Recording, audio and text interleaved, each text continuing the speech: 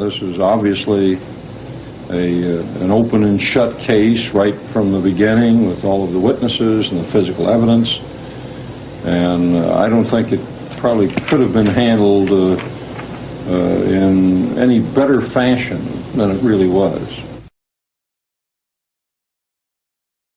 Reporter Ted Chirac first recorded the complaints of the owners of the gun shop where Sirhan bought his ammunition, Ben and Donna Herrick. I gave a statement to the FBI and the Los Angeles Police Department that Sirhan and two others had been in here about 6 weeks before.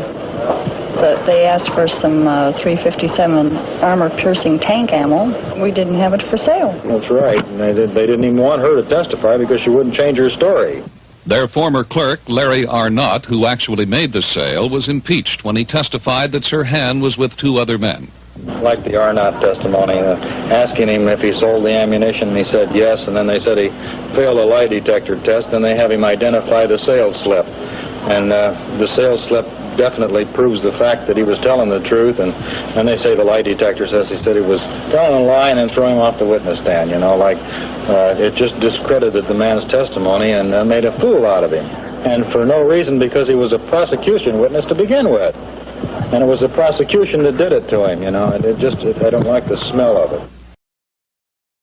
I said that when we first started this investigation, you were a little girl at the time, but I said that we've interviewed 4,000 people, and we've done it because someday somebody, for purposes best known to themselves, regardless of the evidence, is going to try to prove that Sirhan didn't do it, that this was a conspiracy, that this is some big mysterious plan that in spite of all the investigation we haven't been able to uncover. We knew it would happen. I was very unhappy with my encounter with the police department when I went down to the administration building. I was very much struck by their desire to fabricate a story and by their effort to strong-arm me mentally into stating that there were things that I did not agree with. Some people who are interested in undermining confidence in the government of the United States, subversive people, will say this is some kind of a plot and so forth. And we anticipated all of this in advance. If there's anything more to this, some of these witnesses may not live to testify again. I don't know how many people want to say this, but I am afraid. But when there are witnesses that said Sirhan never got behind Senator Kennedy, and then there are medical reports saying he was shot from behind, isn't that a significant discrepancy? Well, as I say, you apparently want all the witnesses, or would prefer to have all the witnesses sound like they'd memorized their testimony. I wouldn't. There was no significant discrepancy. Now, you and I are just arguing now. You apparently think there was a significant discrepancy. And if we stay here for 4 hours, I do not think I will conclude there was a significant discrepancy in the testimony. On the night of the murder, Scott Enyart was a 15-year-old student with dreams of becoming a world-traveling photojournalist. Using stolen press credentials, he worked his way into the embassy room to photograph Robert Kennedy at the moment of triumph. I was about 5 feet from the podium. As he finished his speech, I followed him into the pantry area. As I got into the pantry, I was about 10 feet behind him, continuing to take pictures as he shook hands with people. And all of a sudden I saw him drop from the frame. He fell. And I continued taking pictures. I backed up. I jumped up on a table. Everyone in front of me had been shot and fell. And I jumped up to get out of the way, continued taking pictures for a while. A friend of ours got past us. We thought, you know, it would be fun. We could get some pictures. So that's why we came. I feel there are some missing from it. I took a 36 exposure roll, and I got 26 prints back. As he tried to leave the hotel, Enyart was arrested at gunpoint. His film was confiscated.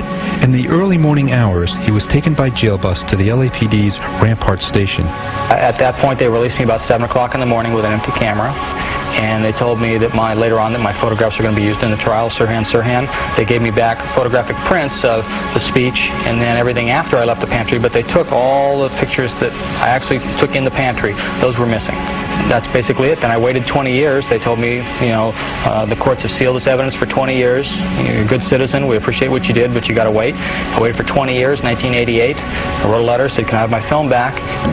and I was notified by the California State Archives that my photographs, along with 2,400 other pieces of evidence, had been destroyed by the LAPD 3 weeks before Sirhan's trial. Contrary to popular belief, there is no photographic or video record of the assassination of Robert Kennedy. Scott Enyart's pictures were the only ones taken of the shooting as it was occurring. It is therefore impossible to believe that both the prints and the negatives would have somehow been lost by accident. We know that they were developed because Enyart received prints of both before and after the shooting. And as Enyart has told us, he was screened from Sirhan. All we would have seen in Enyart's photos is what was going on behind Senator Kennedy. What subversive image, then, had Scott Enyart's camera captured? A strong clue may be found in the autopsy performed upon the body of Robert Kennedy by L.A. County Coroner Dr. Thomas Noguchi. In accordance with California law and in a meticulous effort to avert any question or controversy, a painstaking 6-hour autopsy was carried out this morning. Briefly stated, the autopsy found that the wounds inflicted upon Senator Kennedy were inflicted from behind, at a sharp upward angle, and at extremely close range. Using powder burn analysis, Noguchi determined that the fatal bullet was fired at a distance of about 1 to 3 inches behind the right ear. Dr. Noguchi, were you able to determine how far the gun muzzle was from Senator Kennedy's head?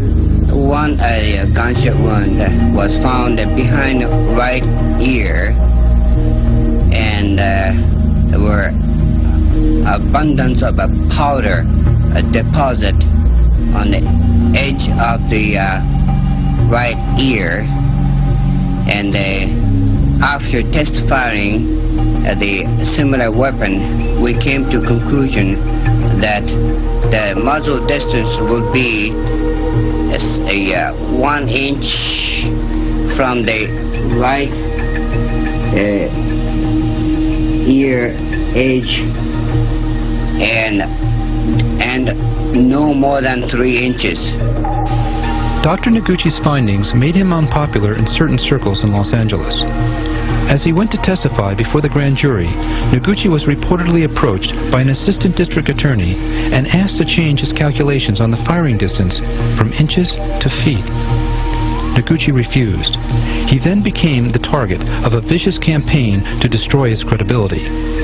In the autumn of 1968, he was suspended as coroner, and defense attorneys prevented the details of his autopsy from being introduced at the trial of Sirhan.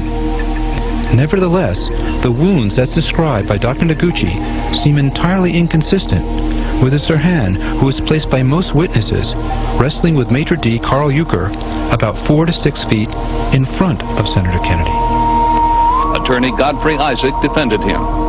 Well, the first question that I ask of a witness with reference to showing what a competent and really extraordinary autopsy Dr. Noguchi performed, the Deputy County Counsel asked to approach the commissioners, and they're stated that if I went into the questioning further, that it would cause an international incident. Now, what was meant by international repercussions on that day with regards to Senator Robert F. Kennedy's autopsy?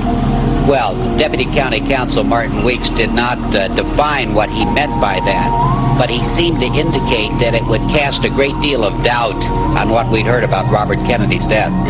The headlines at the time said that there was a mystery to the Robert Kennedy autopsy.